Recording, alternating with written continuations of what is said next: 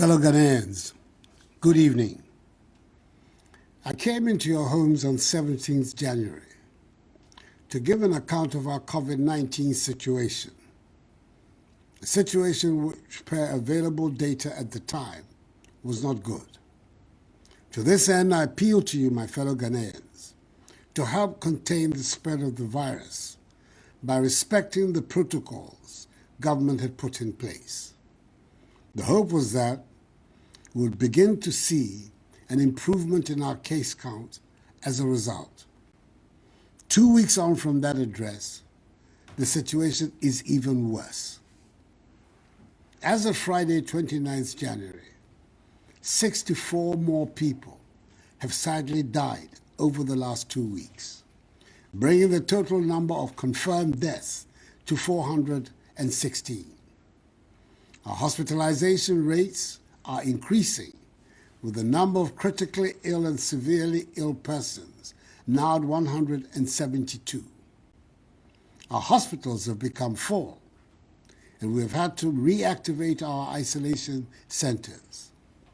Our average daily rates of infection now stand at 700, compared to 200 2 weeks ago. The total number of active cases has more than doubled, from a little over 1,900 2 weeks ago to 5,358 currently.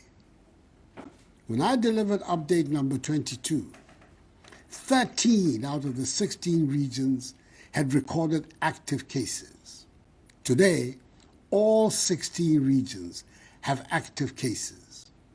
Indeed, Greater Accra, Central, Western, Ashanti, Eastern, Upper East, Upper West, Volta, and Northern regions are the hardest hit, accounting for 94% of the total number of active cases.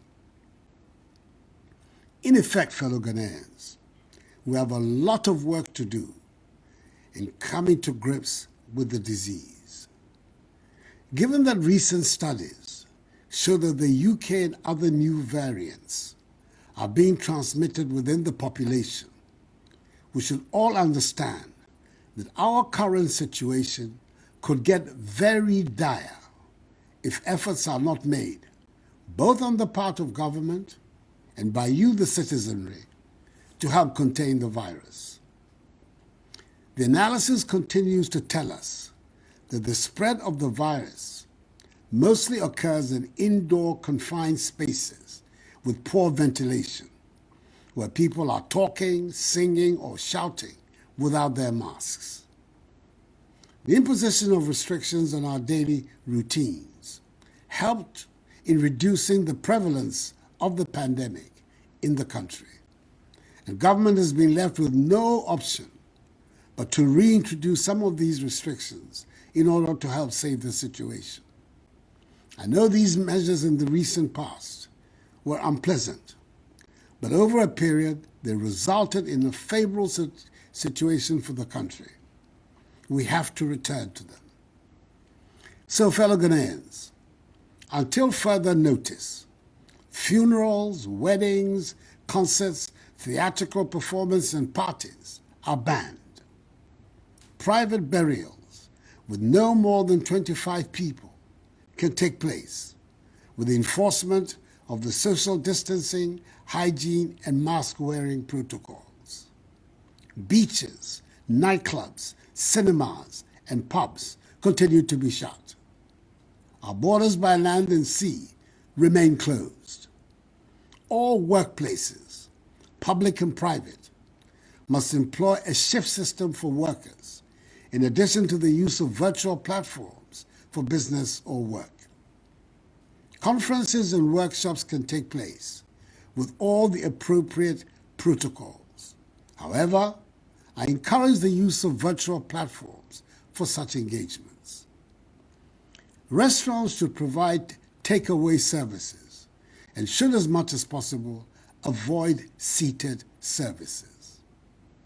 The National Sports Authority and the Ghana Football Association should ensure compliance with a 25% capacity rule in our stadia, with spectators respecting the social distancing rule and wearing of masks. To the revered leaders of our religious organizations, that is our churches and mosques, I entreat you to enforce to the letter the protocols relating to attendance, i.e. the 2-hour duration, 1 meter social distancing, mask wearing, use of sanitizers, and the presence of Veronica buckets, liquid soaps, and rolls of tissue paper. I note that since the reopening of our schools 2 weeks ago, we have witnessed only few reports of cases among students. I appeal to school authorities and teachers to enforce the guidelines provided by the Ghana Education Service, and I urge the Ghana Health Service to continue their surveillance at the schools so we can contain any reported cases. As we step up public education and enforcement of the protocols and public gatherings, let me also state that regulatory agencies will undertake random checks to ensure conformity with these rules, and the security services will be tasked to enforce them. You do not have to be arrested by the police before you wear your mask. Your workplace should not be closed for non-conformity with the protocols. If there's no urgent reason for you to be outside, please stay at home. Each one of us can help to contain the spread if we continue to practice the measures of social distancing, washing our hands with soap under running water, refraining from shaking hands, and wearing our masks whenever we leave our homes. These measures must be respected by all.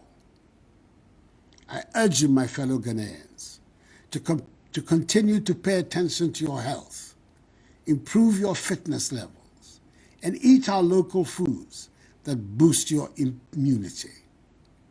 Should you at any time feel unwell or exhibit the most common symptoms of COVID-19, such as fever, dry cough, tiredness, please report to the nearest health facility and get tested.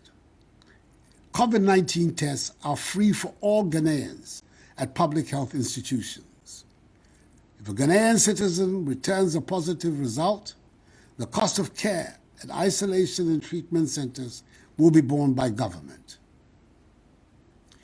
At the 58th Summit of the Authority of ECOWAS Heads of State and Government, held virtually, it was agreed that the cost of the COVID test for inbound ECOWAS nationals be pegged at $50 United States at the Kotoka International Airport.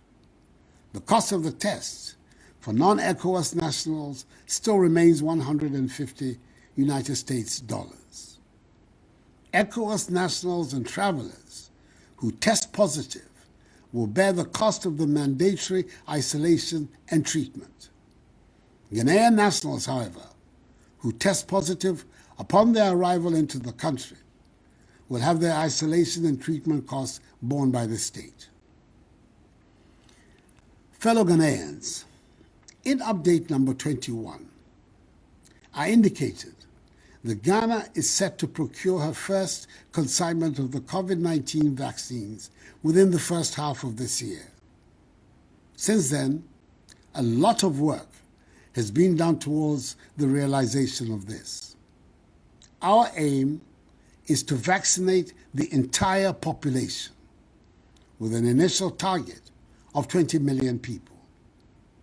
Through bilateral and multilateral means, we're hopeful that by the end of June, a total of 17,600,000 vaccine doses would have been procured for the Ghanaian people. The earliest vaccine will be in the country by March. The Food and Drugs Authority, FDA, will use its established processes for granting emergency use authorization for each vaccine in Ghana. As President of the Republic, I assure you that only vaccines that have been evaluated and declared as safe for use in Ghana will be administered. Government will continue to monitor our COVID-19 situation and will remain resolved in ensuring that we are able to return to normal daily routines. I remain hopeful that if each one of us embraces fully the safety protocols and we continue to put our faith in the Almighty, we will emerge strongly from this pandemic. Enuanom, ifibra minemo kasaya no, na ochi mienu niye, yare no eyi hu ba, fa na efa nipa, misra mo obi amfa yare no indi agro. Mundi sise no so, ni titiri, mo se mas no, eno ene beboa yen. Nyemi me, oti enyone, mi kenya wiye, hela efe gbeye, ikeme yawa, mi panify, moko ke hela akashwe. Nye yamla no, ni titiri mas we, no bab wawo. My faith in God tells me that this too shall pass, for the battle is the Lord's. May God bless us all in our homeland, Ghana, and make her great and strong. I thank you for your attention, and good night.